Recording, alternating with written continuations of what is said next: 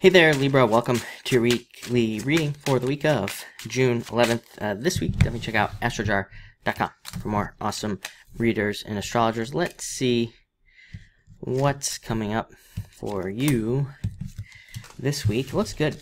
Good money stuff coming up. You start off with the King of Diamonds, so very lucky card. Definitely a card of good luck coming in for you and more luck coming in for you. Card of making more money. Very good card of profits. Raises is the word I was looking for, promotions, things like that from bosses, and even if you are retired, very good card for investments or any other retirement money that you have at this time. So it can represent changes in those areas for sure. Next, you have the Three of Spades. I feel like some sort of separation. Some of you could be going through a breakup, divorce, or separating away from friends in your life at this time. I do feel like if somebody needs to leave you at this time, it's probably for the best with this card, and it's probably just, you know, some sort of change. I also feel like some of you could be going through a temporary separation where maybe somebody leaves for a temporary period of time, and then they come back in the future, probably after all the retrogrades. And on top of all that, I feel like this card is saying that you are not making a decision. Sometimes this card comes up when we need to make a choice between two things and we're not doing it. This card just says make a decision at this time. Next, you have the Nine of Diamonds. Another great card of an increase in finances. So, like I said, very strong financial week for you. Very good card for change of finance. And also, it's a card of profits and vision. So, making more money in the future, basically seeing more money, or even just finding a way to make more money at this time.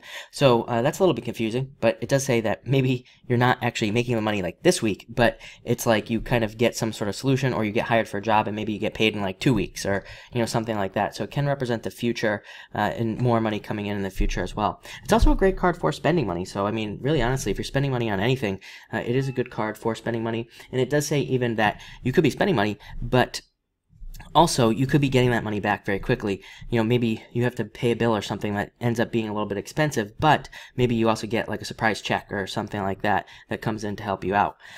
Next, you have the Four of Diamonds, another card of financial stability. It is a card of patience. So again, another kind of clue for me that there might be a financial increase for some of you that doesn't come for maybe like a week or two, or something like that. This card is the card of inheritances as well. So it could represent, you know, money that is, like I said, coming in the future because of an inheritance or something like that. On top of all that, this card can also represent love. And you actually you end with two other good love cards. So that's very nice. But this is a card of like, kind of feeling a stronger financial foundation and feeling like you can kind of get your money in the right order at this time. Jack of Diamonds, same thing, very good for money and getting your money in order. This could also be an admirer, somebody who's interested in you at this time. On top of all that, this can represent anxieties and kind of like random anxiety coming up at this time. So what is this anxiety? Probably for you, the feeling of being on your own in a lot of ways. I just feel like I have the chart up over here as always, but you know, I just feel like for some signs with Chiron moving out of Pisces into Aries, it's like a very simple, not very accurate way to think about this though, is to say that Chiron and Pisces is like groups. We feel safer in groups and things like that. We can kind of join certain groups when Chiron's in Pisces, and we kind of feel safe when we identify with other people. When it moves into Aries, we're more independent, and you know, and it also forces us to kind of heal on a more independent level, forces us to be more independent, and that's where the anxiety can come in. And I would say the hardest part of that is that we can't verbalize it because we actually don't know that's what it is. So here I am telling you. That could be it, is that you just feel like you have to do things on your own now, and that could bring up some anxiety. But this is a very good card for being on your own and for being independent.